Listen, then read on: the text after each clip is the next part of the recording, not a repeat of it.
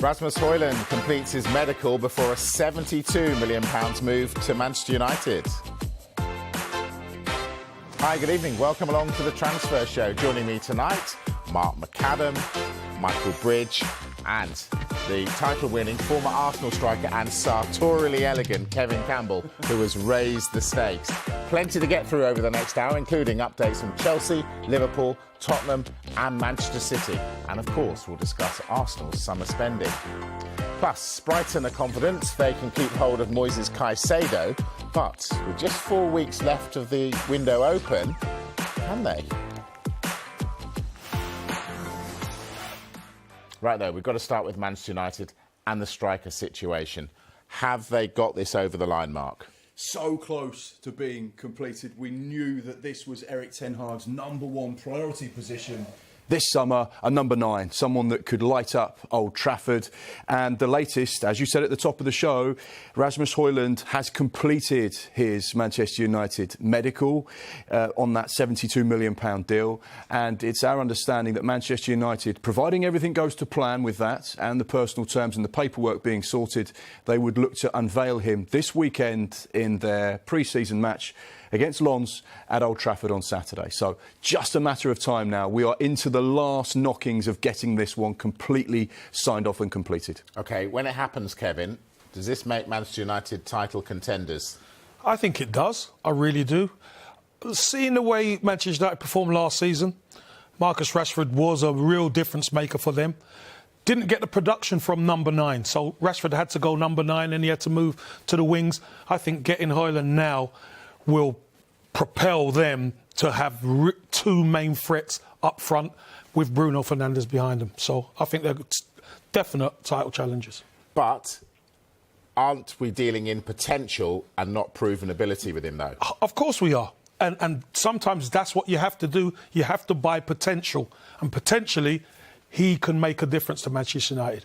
I think when you look at the trajectory that he's had, he has risen very sharply up the footballing pyramid. He's gone from Copenhagen, then obviously to Sturm Graz, to Serie A and Italy. And in that space of time, it's a short space of time, he's gone from being worth a couple of million euros to in excess of £72 million.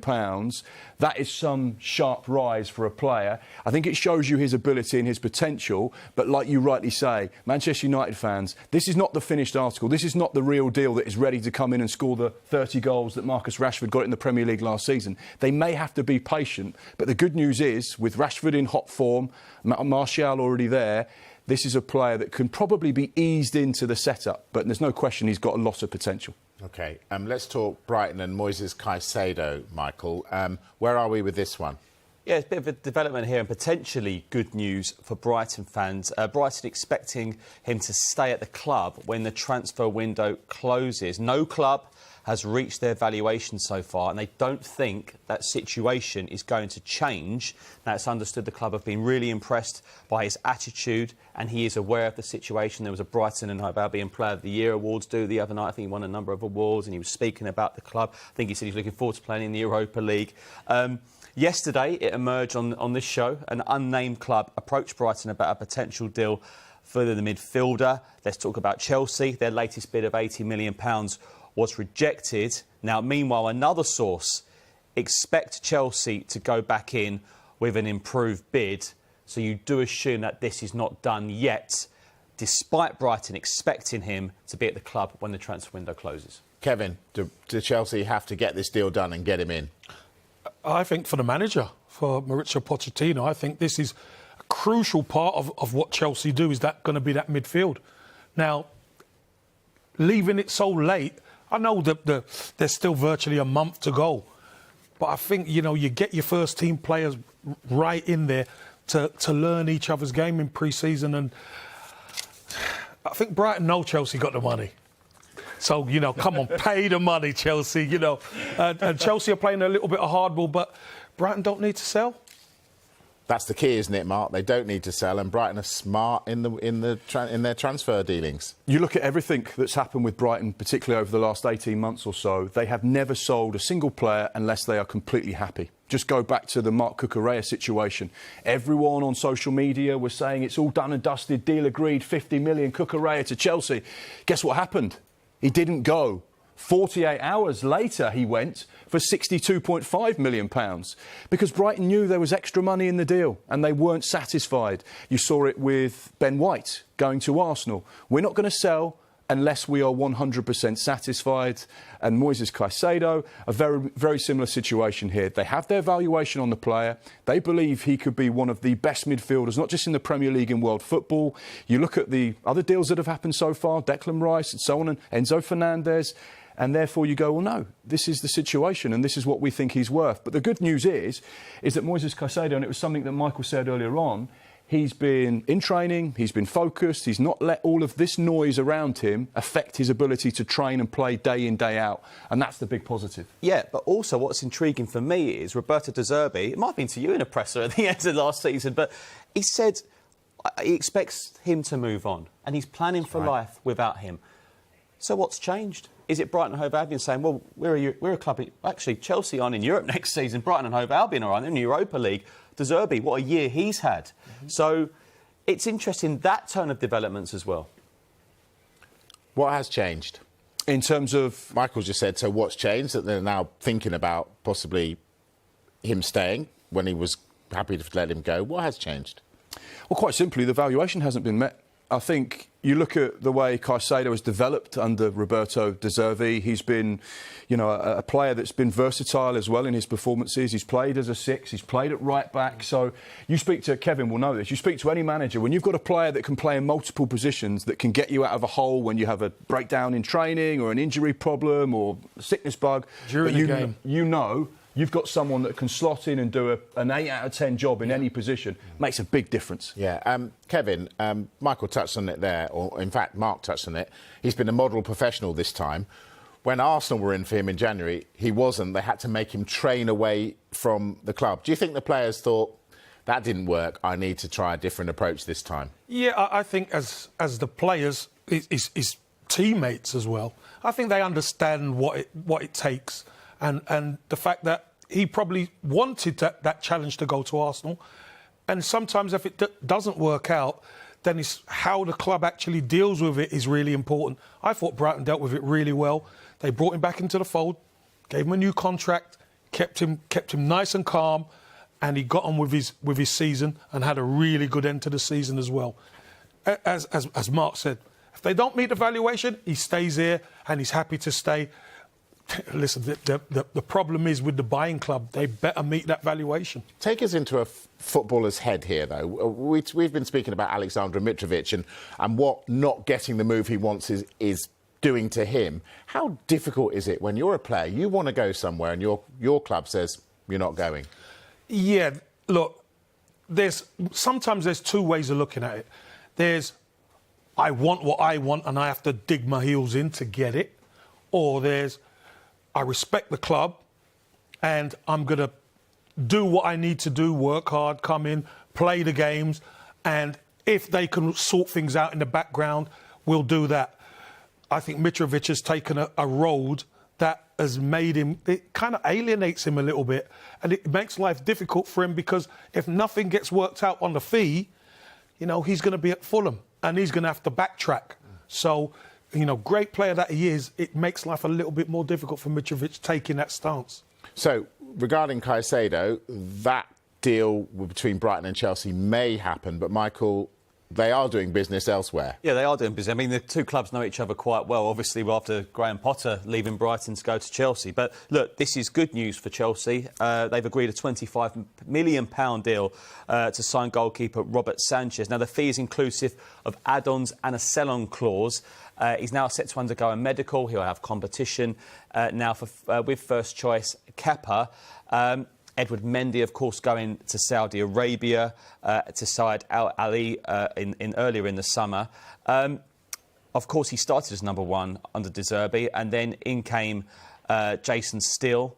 So a change there for Brighton. So he'll then be going to Chelsea. So the clubs are negotiating, aren't they, Mark? Yeah. Tell us why Chelsea have gone for Sanchez.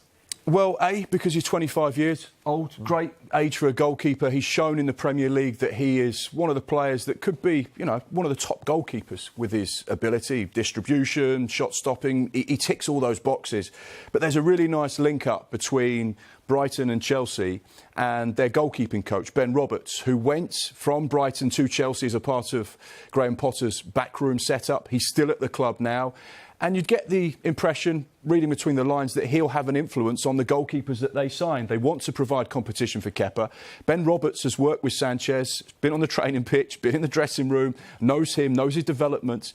He was initially made the goalkeeping coach at Brighton in 2015. So he's seen his development. And I think when you get someone into that club who you've worked with and know before, that takes away a lot of the elements of risk, because every time you sign a player, there's a lot of risk or a little bit of risk. The fact that you've worked with him and known him before, that takes away some of the risk. 100%. Kevin, we'll touch on this with Arsenal a bit later.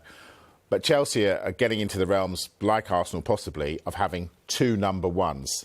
Is that a good idea? It is a good idea, solely because of injury. If you've got somebody as a number two who isn't quite up to the standard, then and your first choice gets injured, I can guarantee you the fan base will turn around and say, why didn't we get a better number two in? So I could understand what Chelsea are doing. Premiership experience, young, he's been vouched for by the goalkeeping coach. Makes a lot of sense. Mark, I see you've been texting vigorously while we're on. Something happened? Yeah, sorry. I am listening. Yeah, I am listening to the boss. But in the world of transfers, you always have to have one ear on what's going on. And I'm not just texting me friends during the show. Got some really good information. We've got some breaking news as well, and it's regarding Bournemouth. I was going to say advanced talks with Fiorentina, but a message has just come through in the last minute to say this is a deal agreed now. Okay. And they have agreed a deal with Fiorentina for the midfielder, Gaetano Castrovilli.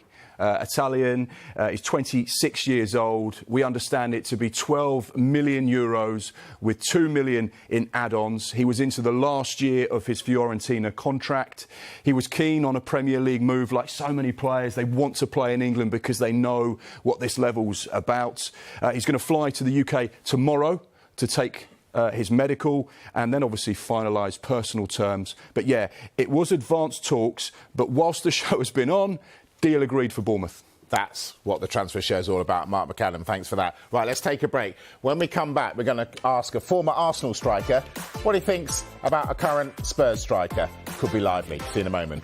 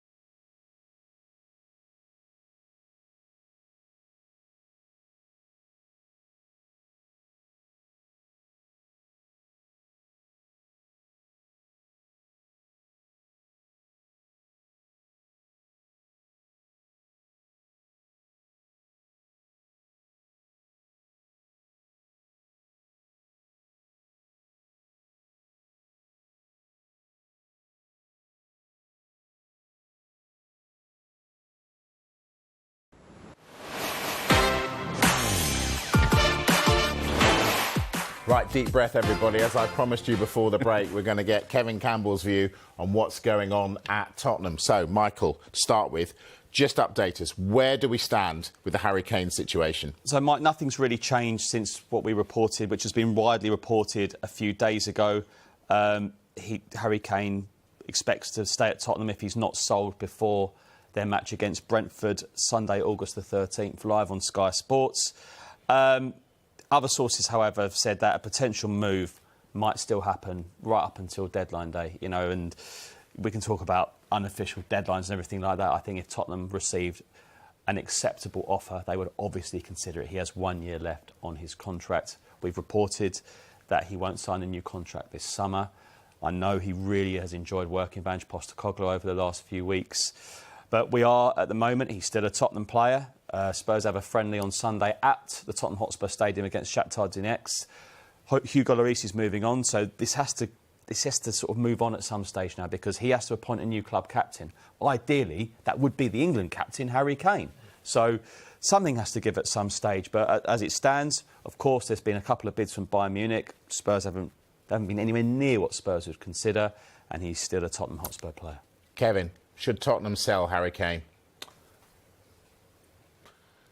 Yes, and I have two angles on this, Mike. I think they have to sell Harry Kane for the sake of Ange Postecoglou because he's inheriting this situation and he shouldn't have to. It's a matter of timing. The timing's all wrong for Ange Postecoglou right now. Harry Kane doesn't owe Spurs anything. He's done as much as he can do, you know, for the time he's been there. He's been an incredible servant. But I think now's the right time because if you don't sell him now, he's going to go on a free and you get nothing. So I think the people upstairs have to start thinking long and hard about this situation because fair enough, he can be in your team and he'll score your goals wherever he goes. But to lose Harry Kane for nothing will be criminal as far as I'm concerned. We've said this all week, but I'm going to say it again. It's a bit controversial, but would Ange Postecoglou be that upset to lose Harry Kane, given Harry Kane's not the type of striker that he always plays with in his systems? I think Ange Postecoglou gets a clean slate if Harry Kane goes. With Harry Kane there, he's the club captain. He carries a lot of power and a lot of weight at the football club. So he has to integrate him into what he wants to do. I think signing Richarlison for 60 million, who hasn't ripped any trees up, I still think he's got a lot to prove. But I think Postecoglou's the type of manager who will work with him and develop that side of his game into the way he likes to play.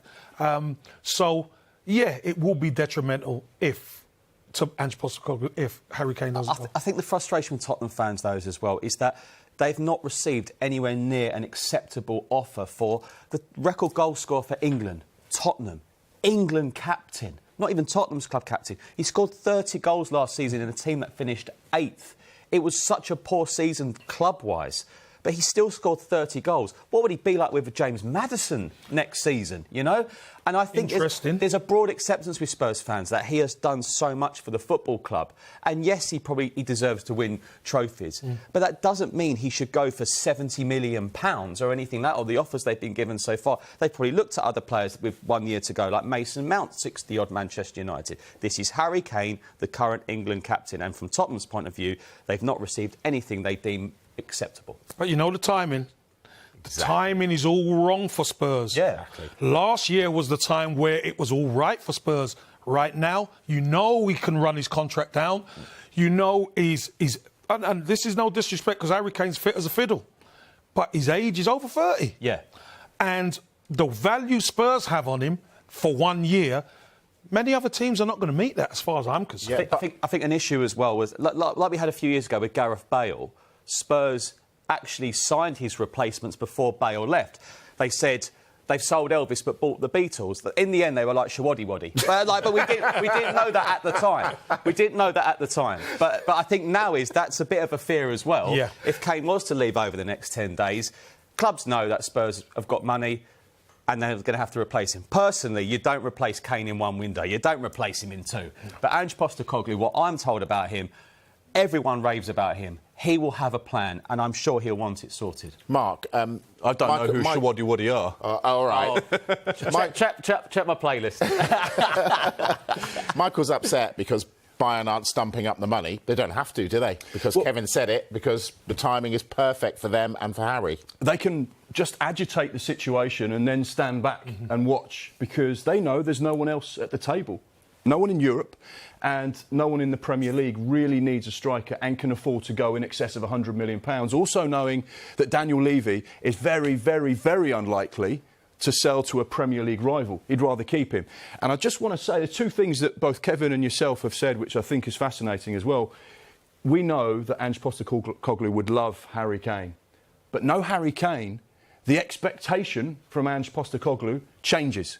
Suddenly, you're not expected to get in the top four because you haven't got Harry Kane. Yeah. So suddenly, he can go, right, I can continue this rebuild, which I've got to do, but I haven't got that intense pressure that Harry Kane brings with me. And I can play the way I want to play. Kevin, from Harry Kane's point of view, would you swap all those major trophies you won, FA Cups, league titles, for being the Premier League top scorer? No. Ooh, No, I wouldn't. No chance. I wouldn't. And don't get me wrong, the prestige of being, beating Alan Shearer, legends of the Premier League, legends of the game, etc. But to have that feeling of winning with your team. Team sport. It's incredible. It really is incredible. I still speak to the lads now about some of those nights. It just means so much. So Harry Kane's going to get the opportunity, I believe, whether it's now or in the next year or so, to go and try and win things. He'd love to. I know he would love to win something with Spurs. But again, the timing is all wrong. You must look at Phil Foden when they meet up for England and say, I can't believe it. Foden's got trophies coming out of every pocket. Michael, so what about Tottenham's incomings? Are they doing some work there? Yeah, I mean, Spurs, the priority for Ange Postecoglou and Tottenham Hotspur is 2 first-team defenders. They're still in negotiations with a number of defenders, including Mickey van der Ven, a Wolfsburg defender, very highly regarded. He's got absolutely rapid pace. So talks are progressing there. What they need to do is ideally get one in before the Brentford game. They're also in talks with Rosario Central striker, Argentinian international Alessio Vélez. That was talked about earlier today. We had that confirmed. Now, the clubs are discussing a potential loan back. I know a few fans are just wondering where he would fit in. I think that's maybe more for the next season, and a loan back to his current club is being discussed at the moment. Now, of course, we don't know too much about him. He's quite young, but someone who does, Tim Vickery, the South American football expert. Is he ready yet? Tim Vickery told us earlier. I have some doubts here.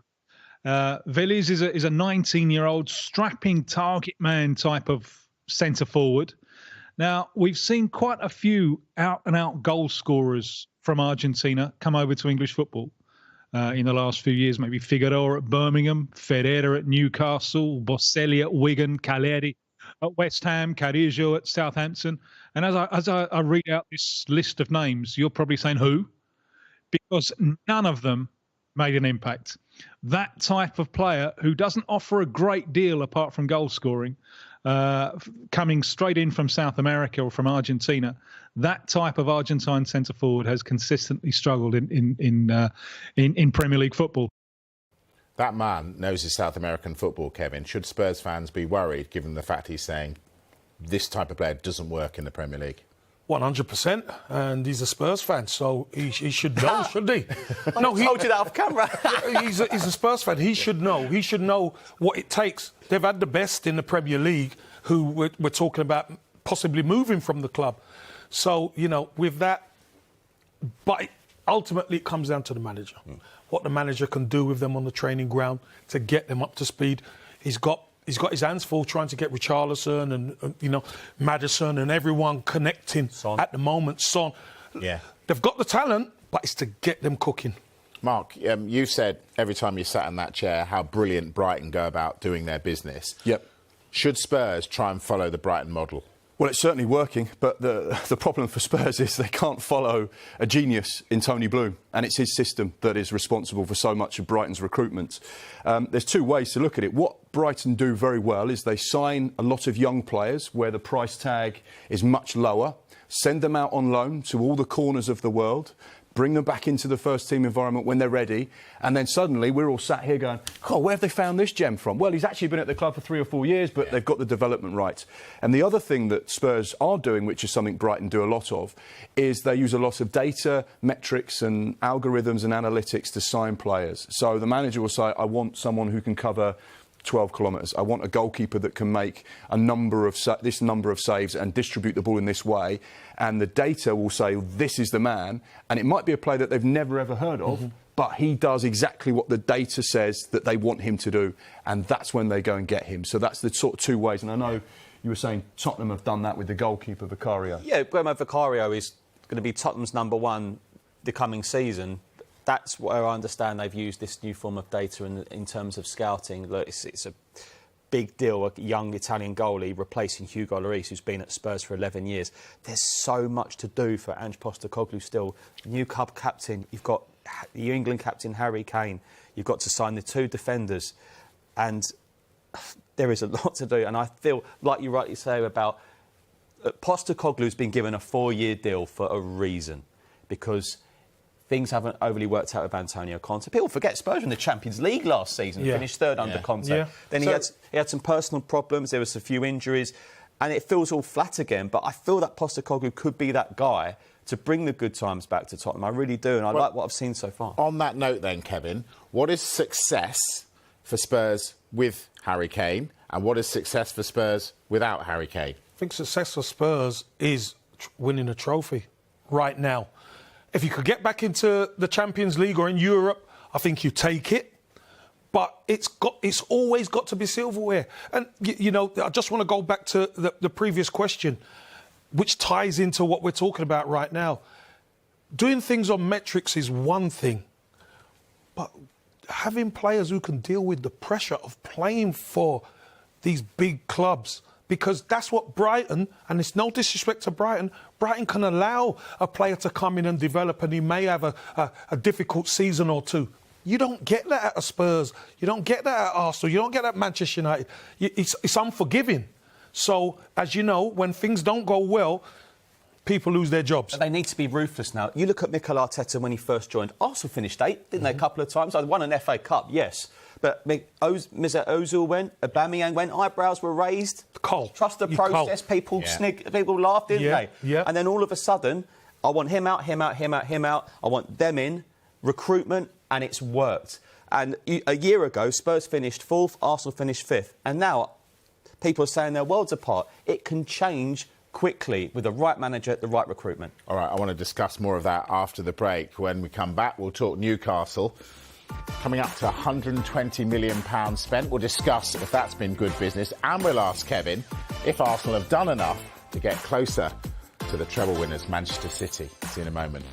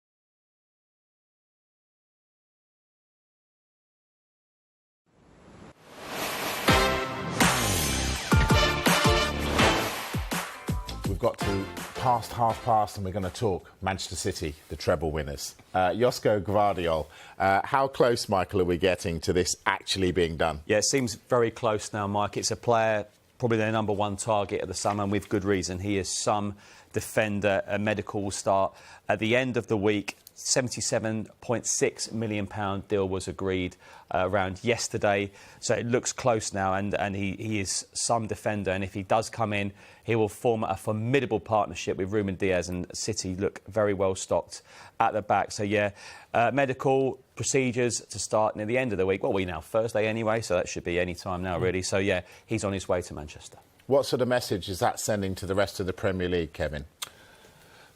Rest of the Premier League and Europe, we're the team to beat. We've done the treble, and we're not going to let slip for anybody. I think for the Premier League especially, that shows that they're going to be able to mix and match, to mix their squads and still be as strong. But I think it's in the Champions League where, Pep's probably looked at the Champions League final and said, Inter Milan got in a couple of times, maybe a bit too easy. So if we stiffen that rear guard, then I'm going to be a lot more comfortable. And this guy's a player. There's still talk that a few could go from City, though. One of them, Kyle Walker. How important is it that they hang on to him? I think Kyle Walker's been so important for City over the years because of his recovery speed, especially. I mean, he's good going forward, but his recovery pace has got Manchester City out of a lot of problems. And but he's the wrong side of 30. He's not lost his speed, which is great. Still a whippet. He's still a whippet, but you still got to. If you're Pep Guardiola, you've now probably got to look at how do I spin these players maybe out and get somebody else in. Ake's been unbelievable. Gvardiol, if he comes in, now all of a sudden, you've got players who can play centre-back, you've got centre-halves who can play right-back. He's got a plethora of riches and talent. But if it was me, I'd still keep Kyle Walker. Yeah. All right, let's talk Arsenal. How do Arsenal get closer to Manchester City? Have they done the sort of business that's going to do that? I think for Arsenal's squad, it's got stronger, that's for sure. Manchester City have lost probably a talisman in Gundogan, who's gone to Barcelona. But, ever so quietly, Manchester City have brought in someone at the back, someone round the back, and it's gone virtually unnoticed in the acquisition from Chelsea. So, Kovacic. Yeah, Kovacic. So, again, are Man City weakening? No, they're not. Especially now we're in the month where the season starts. I think you're going to see Pep Guardiola assess his squad a little bit more and then start ramping up and bring some players in. They're still the team to beat. Arsenal are a bit stronger, but you only beat the king when you take the king's crown, and, it's going to be tough. Well, Arsenal lost a former Manchester City player for the start of the season, Gabriel Jesus. He's got a knee injury. Do they need to get a striker in? No, I don't think so. I know a lot of Arsenal fans, they're probably going to be coming at me. We need a striker. But you've got a squad. You've got Eddie Nketiah, who's much maligned, scored yesterday when Jesus was out after the World Cup. Done a fantastic job in the team.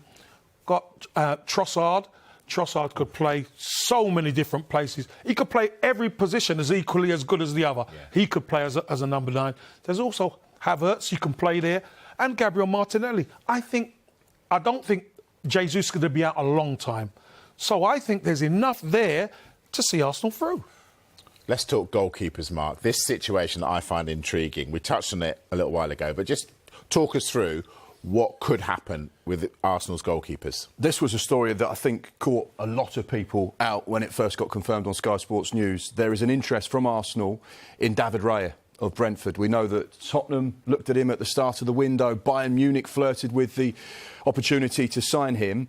But our information is that talks continue behind the scenes, and Arsenal are just deciding whether to make their interest in the £40 million man, that's what Brentford wants, more formal, with a bid. They want a new goalkeeper. There's talk that Matt Turner is going to be heading to Nottingham Forest, so they would need to replace him.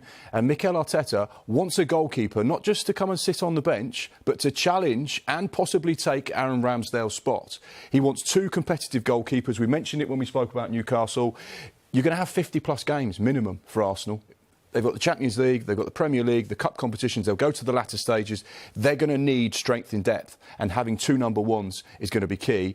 But maybe this could be 2 really good number ones going toe-to-toe for that one jersey. Now, you said, yep, you're happy with 2 number ones because of injury. But will the 2 number ones be happy with there being 2 number ones?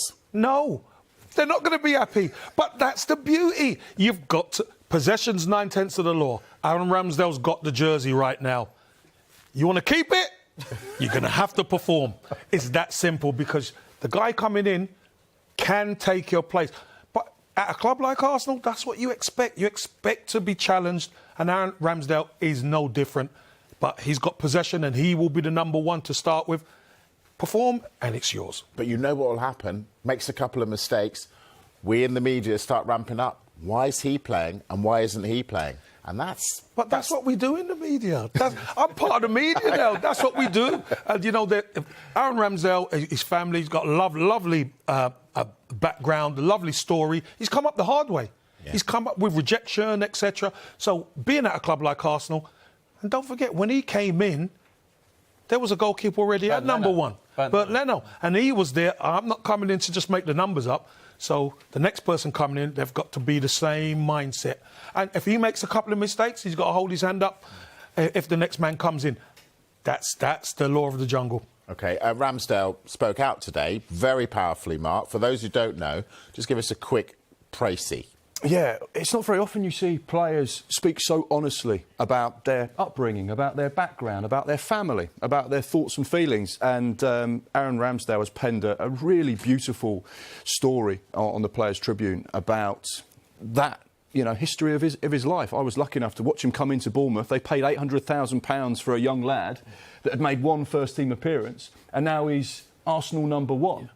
And he talks about... There's a couple of really, really beautiful stories. The first time he heard of Arsenal's interest in him, he thought it was a joke when his agent said, there's interest from Arsenal. He said, interest? What do you mean, interest? Interested in me?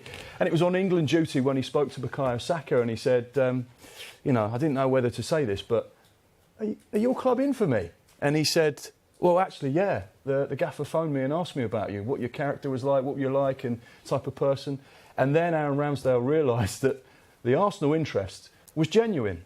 And the headline really from this Players' Tribune was the fact that he'd spoken so openly about his brother, Oliver, who's gay.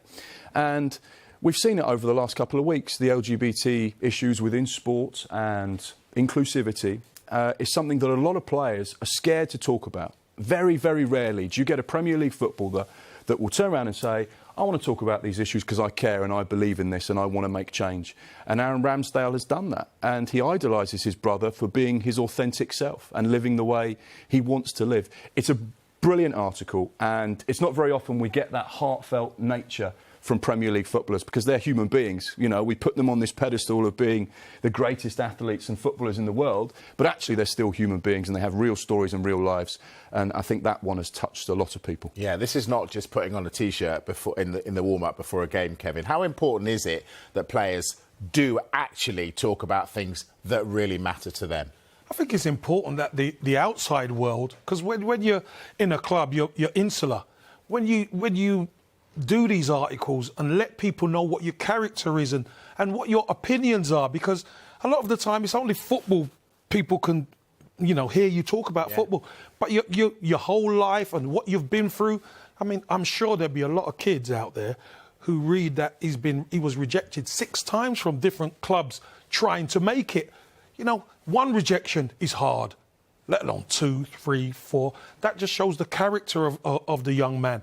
And these are young men who go through, as we call it in football, you run through walls to try and make it. These guys have been there. So I just think it's so important for the outside world to understand what makes a footballer. Yeah, it's absolutely brilliant. If you haven't read it, read it. It is really powerful. All right, we're going to take a break. When we come back, we've got the rest of the day's transfer news. We're going to talk Newcastle. They're closing in on spending £120 million this summer. That's what Kevin spends on bow ties. See you in a moment.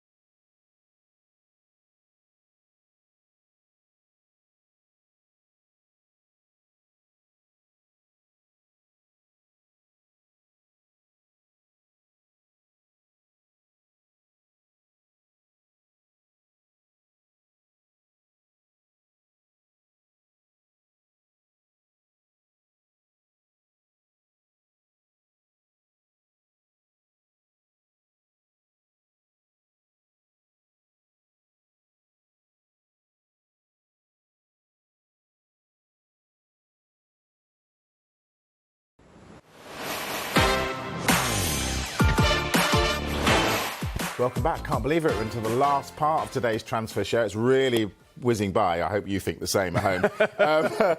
Mark, you brought us some breaking news a bit earlier. Just recap for those joining us. Yeah, this got confirmed actually during the show. Bournemouth have agreed a deal with Fiorentina for the midfielder Gaetano Castrovilli, Italian 26-year-old, into the last year of his contract. He was desperate to come to the Premier League, and Bournemouth have agreed a deal, medical tomorrow. So he's going to fly into the UK tomorrow to start that medical. Tell us about it. What's he going to offer? Well, he's a box-to-box midfielder. He can play as an 8. He's technically very good. He's dynamic. You know, he was thought of as one of the big prospects in Italian football not that long ago. So he is very highly rated. He can run for days. And that is exactly what an Andoni Iraola side would want from a midfielder. Someone that can play as that 8, someone that can play as a 10, someone that can get from defensive duties right up the pitch. He can carry the ball as well, Michael. And that's exactly why he's been signed, because he can tick so many boxes. What about Alex Scott then? Because I know Bournemouth like him. Interesting point. Now, I wouldn't say Bournemouth have walked away from Alex Scott, but clearly they have just agreed a deal to sign a number 8/number 10, which is exactly what Alex Scott is. Bournemouth are very good at identifying players they want to sign, and if they can't get the deal done or it gets too expensive, they'll move on to other targets. They've got two people that run their recruitment who are very good and have worked with each other for a long time. So I wouldn't say that Alex Scott is off the table, but I would say that Bournemouth move very quickly to identify other players. So it's one to watch. That is definitely one to watch. Let's have Newcastle watch now, Michael. What are they up to? Yeah, it's set to take their summer spending to over £120 million. Tino Livramento on his way from Southampton. They'll pay initial £32 million for the right-back with further performance-related add-ons. Now, we understand that Southampton are satisfied that they've received their valuation of Livramento in a package they believe to rise to £40 million. We talked about Southampton and outgoings quite a lot, and that's the interesting one, satisfied with the offer they're going to receive. So Eddie Howe gets the player he wants. They brought in Harvey Barnes and Sandro Tonali. When Eddie Howe wants a player, he usually gets him, and they've recruited ever so well last few windows. But he's got Kieran Trippier, so is he going to play?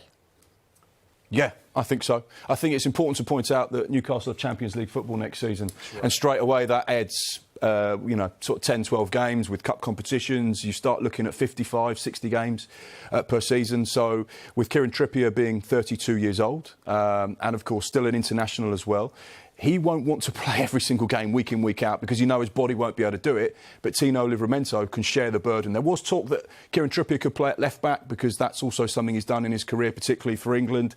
But I think Tino is there to play on that right-hand side, to challenge Kieran Trippier. And I think if you speak to Eddie Howe and any of the recruitment team at Newcastle, and he's a player that they've watched for a number of years before, long before Eddie Howe went into Newcastle, he was aware of Tino Livramento because his recruitment team, they monitor players from the age of 16, 17 and 18, and Tino has been one of those England internationals from the age groups working right through to the 21s. They will say, we have signed a future England right-back. That's why we're perhaps paying a little bit more than we'd like, but we are so comfortable with the player that we've got in. Kevin, Newcastle are probably ahead of schedule last season. How do you see their recruitment and how they're shaping up for this coming campaign? I think Newcastle are an interesting one because they done so well last season, week in, week out. They were incredible. Got over the line for Champions League football, which probably was ahead of schedule. But now you're actually there. You know, you've got to spend the money, but you've also got to look after base, and base is the Premier League. So Livramento signing, I could see working, but it's gonna put a serious stress on that squad because playing in the Champions League midweek and then coming back to play, it can have a detrimental effect. Arsenal gonna suffer that as well. Do you think Newcastle have got the squad to cope with the Premier League and the Champions League this season at the moment? Not at the moment, but it's still early, and we know they have deep pockets. Can they spend, though, is the big question. FFP will dictate that they can only spend X amount of money, and do Newcastle go into the window and buy players that they don't think are good enough for Champions League football and Premier League top-flight football, as in top 4, top 6? Or do they just have to build in the way they think is sensible and then just accept that the process to move the club commercially and financially is going to take a little bit of time? They need to catch up with Eddie Howe's team. Mark, that's exactly it. They have to take their time and move because they're not blessed with the deepest FFP pockets, but we know they've got deep pockets if they want to make a move. So there might be some moving and shaking behind the scenes. A couple of players might have to leave, etc. But I think Newcastle might have one big signing left in them. Oh, I like that. Let's hope they leave it till deadline day. Mark, I know you know Southampton in and out. This is your beat, the South Coast. Really difficult for them because everybody's trying to nick their players. How tough is it for the manager at the moment? Yeah, Russell Martin will be excited at the prospect of managing a new club, putting his philosophy into Southampton, trying to get them out of the Championship back to the Premier League. But of course, there's a cloud hanging over the club at the moment because he doesn't know what players he's going to be able to work with this season. And right up until the last knockings of the window, he could lose 2 or 3 or 4 or 5 of his what would be first-team players. The side that plays at Sheffield Wednesday tomorrow night might not necessarily be the side that plays the first game after deadline day. We know there's interest in Romeo Lavia from Liverpool. That continues to happen daily. The same with James Ward-Prowse. So I think he will have to be very clever and patient whilst they generate potentially in excess of £100 million from 3 or 4 player sales. OK, running out of time, as always, on this show, so let's whiz through these. Michael, so where are they with Ward-Prowse? Yeah, it was a take it or leave it, and West Ham said we'll leave it for around £30 million. But we know David Moyes wants James Ward-Prowse. He needs to be back in the Premier League ahead of, we've got the European Championship next summer.